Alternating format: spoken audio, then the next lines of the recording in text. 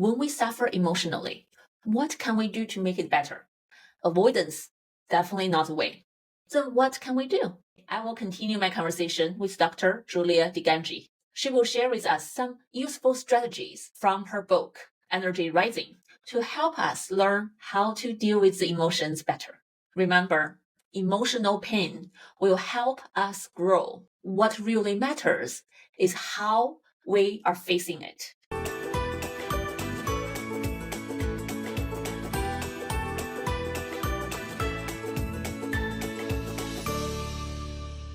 Because your background, I think you really combine neuroscience and psychology so well and explain strategies and explain certain concepts to clients in a different way. When I read the book, I was like, oh, I also sometimes introduce this to clients, but not in that way. Like when you talk about name our emotions and just say it out or rate our emotions, you talk about the science of the brain, which part of the brain it activates, what that means, and why that is important, why that is helpful. I find that is very valuable to. I know a lot of people want to understand why before they go ahead do things. Absolutely, and I think that's such a natural desire of the people we serve, and I think that responsibility is incumbent on us, right? Obviously there has to be trust in the therapeutic process, but I think this is why psychoeducation, as we like to call it, is so important. It's like we really need to educate people about their health and so they can make informed decisions about what's best for them. But even the rating thing, right? Because I think we've all rated things like a billion like, oh God, another rating. But you know, emotions are created in these subcortical regions of the brain. And so emotions are very nonlinear. They can be, as we all know, they can be very, I don't like this word, but I'll say it here and I can explain why I don't like it later if it's relevant. But, people love to say they're irrational. Even as I say that, I make a face. Emotions just are it's like saying breathing is irrational. It's like, I don't think so. The reason I don't like it is if we say they're irrational, it's like they shouldn't be there. They're a nuisance. It's like you would never say hunger is irrational, or it's like I'm not here to say emotions are good or bad. I'm just here to say they're neurobiological and undeniable. So can we have a freaking intelligent conversation about them? So my point is that emotions are processed in a part of the brain that is nonlinear. It's not responsible for kind of these executive function, these ordering and problem solving and ranking. When we rank, we really think about sort of much more prefrontal cortices are involved in this. And so when we say, for example, like we've all had this happen where something will start imagine somebody cuts us off in traffic, or imagine you get your Starbucks drink order wrong, or imagine that there's an email you find out about that you were left off of it. We've all had that experience where it's like, this could, if I sat with this, I could get some momentum behind it and really kind of keep picking at it. And then I could really be annoyed by it. So, what I'll have people do a lot of times in those moments is all things are not created equal. And if we don't see our bodies, our energy as precious, it's like, I'm not opening my wallet every 2 seconds and being like, here's $20, here's $5, here's $100, here's one. I'm very judicious with my money because I value it. Why aren't we protective of our emotional energy? So if somebody cuts me off in traffic, I think I'm not going to give any energy to that shit. Not because it wasn't annoying. Maybe that person really was wrong, but why would I take precious emotional energy, which is finite? We do not have an unlimited amount of emotional energy, just like as you well know with sleep. It's like the body needs to restore. Okay. So I'm going to be a really good steward of my emotional energy, and I'm going to decide powerfully when I engage with it and when I don't. So if I get cut off, let's say I get left off an email or something that I wish that I was on for whatever reason, I can say to myself, on a scale 1 through 10, honest to God, how important is this in my life? And if I say like in the scheme of my life, like today I gotta be on your podcast, I gotta lead a group. I'm running a neuroscience of relationships program right now. I gotta do this. I had another podcast. I had 2 meetings with clients. I gotta take my mom's in the hospital. I gotta take my kid to lacrosse. I know a lot of us have days like this. I say in the scheme of my life, that is a 3.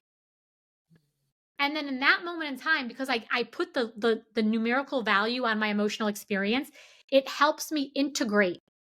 It helps me bring logic to the emotional experience, both of which are valid, and regulate my nervous system. And I can say, I just took inventory. It was really a cost benefit analysis.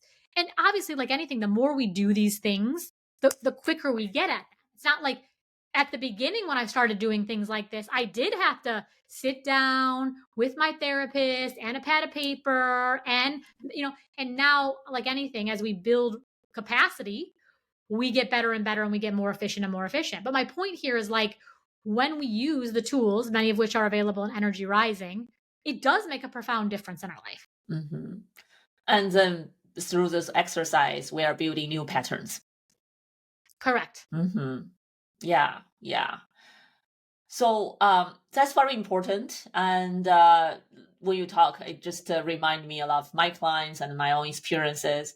Have you noticed any examples of the, how emotions are connected to neuroscience that is interesting or surprising to people?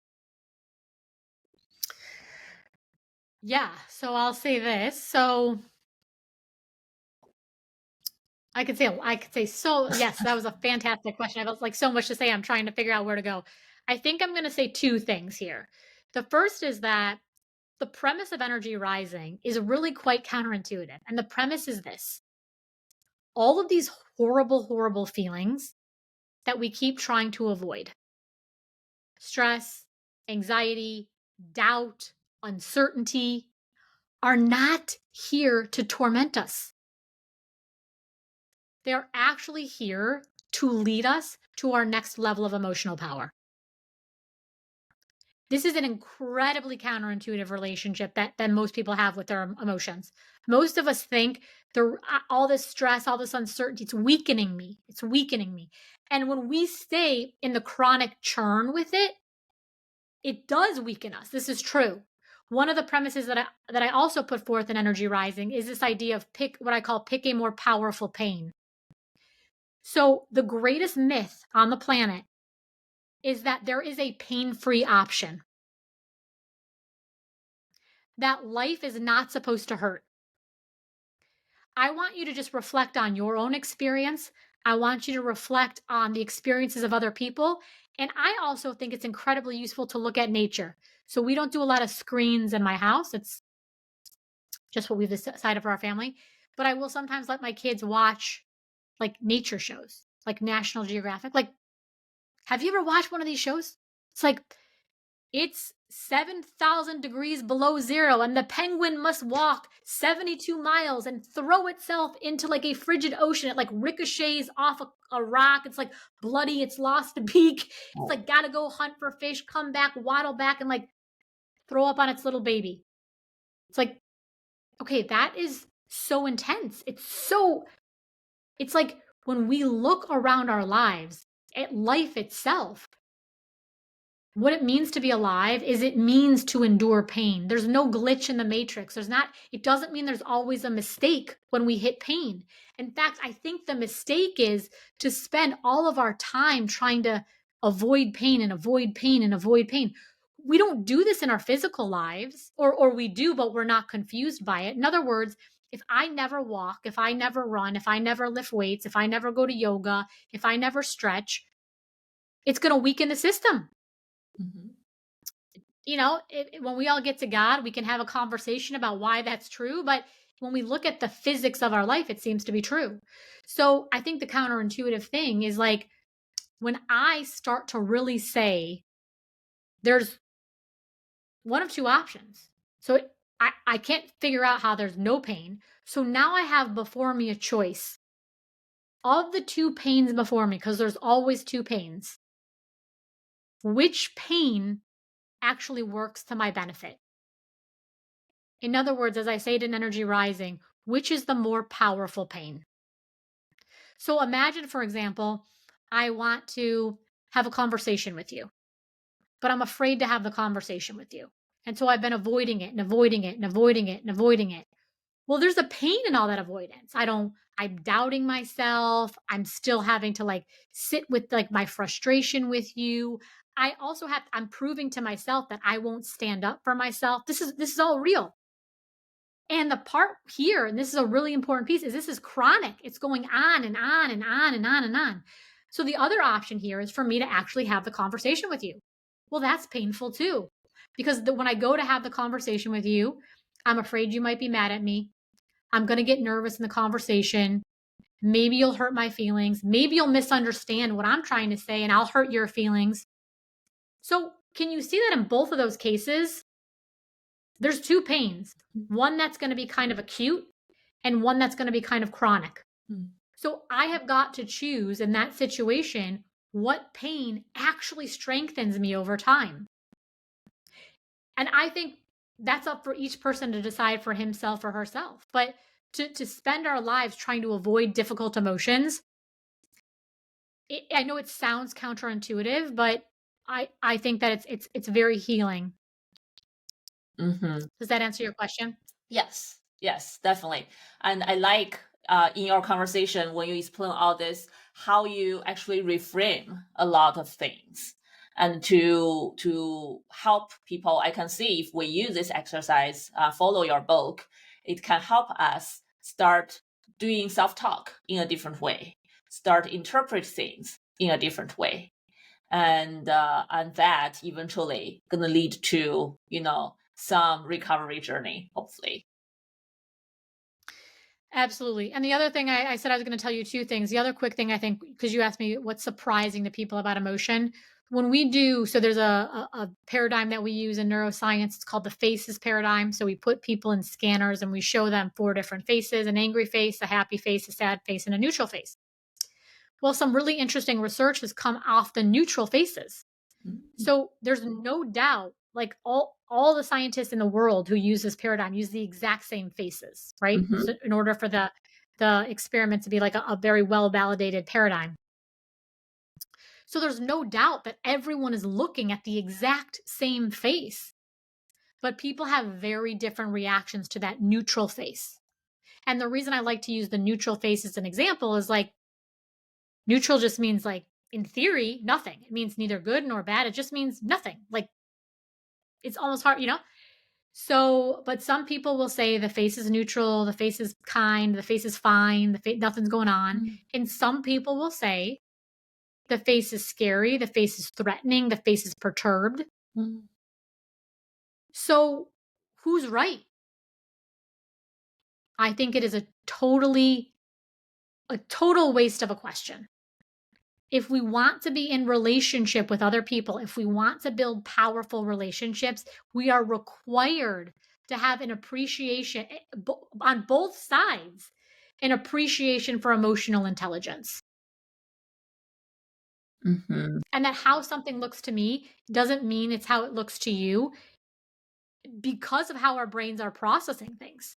And if we can't figure out how to expand to be more powerful and hold more diversity in perspectives and different reactions and different emotions, it's not going to go well for us.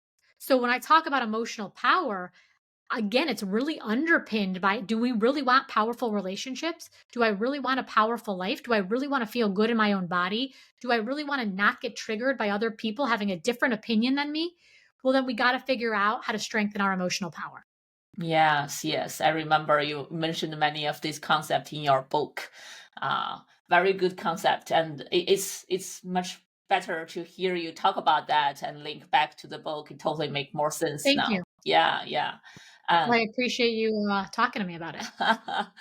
I think our listeners would really appreciate that too, because through this conversation, you really give us hope and keep on talking about what we can do to make changes, to make things different, especially to stop avoiding And avoidance is such a major thing we see among many people, not just for people with anxiety, which is common. They're anxious, they avoid things, they try to, reduce the anxiety. Yeah, I want to I avoid, I literally have written a book on avoidance, and I still avoid all the time. This is what I mean about normalizing Yeah. it. It's like you asked earlier about awareness. The Yeah. brain is always going to say, that's not the problem. Isn't the brain going, wait? The problem is when the brain goes, wait, and then we don't have the intelligence and the power to say, okay, brain, like I heard you, like hold on, let's Right. think here all day long. I don't get really triggered, but I'm married, I have kids, I have a busy, life is hard. And so the idea is I just want to know, we're all avoiders because it's like the brain saying, I just want to go back to what I know. I just want to go back to what I know. I just want to go back to what I know. The problem with this is if it's entirely what I know, number one, you can't have it because life itself is going to change. You're aging, people are changing, things are moving, the world is dynamic. So again, this idea about this holy hallucination. So, and if I have any interest in growth, if I see any value of growing and experiencing, then I have to be willing to confront what my brain kind of maybe naturally wants to avoid and say hey, it's okay. It's totally normal. Any last wisdom you want to share with all the audience? You've had so many great guests on your show, so thank you for that. And the final piece I would really leave people with, just to kind of meditate on, reflect on, think about, is the only value of my painful feelings, my fear, my stress, my uncertainty, my self-doubt, is the only value to just torment me? Or is it possible that there could be, because it is an energy, there's no doubt about that, we've neuroscientifically proved it, is there a possibility that energy could be used for good, for growth, for repair, and for expansion? I hope you all learn something from this conversation. I'm Dr. Yishan. Thank you very much for watching and listening. Please feel free to subscribe our email newsletter at mindbodygarden.com/sleep. I will see you next time. Bye.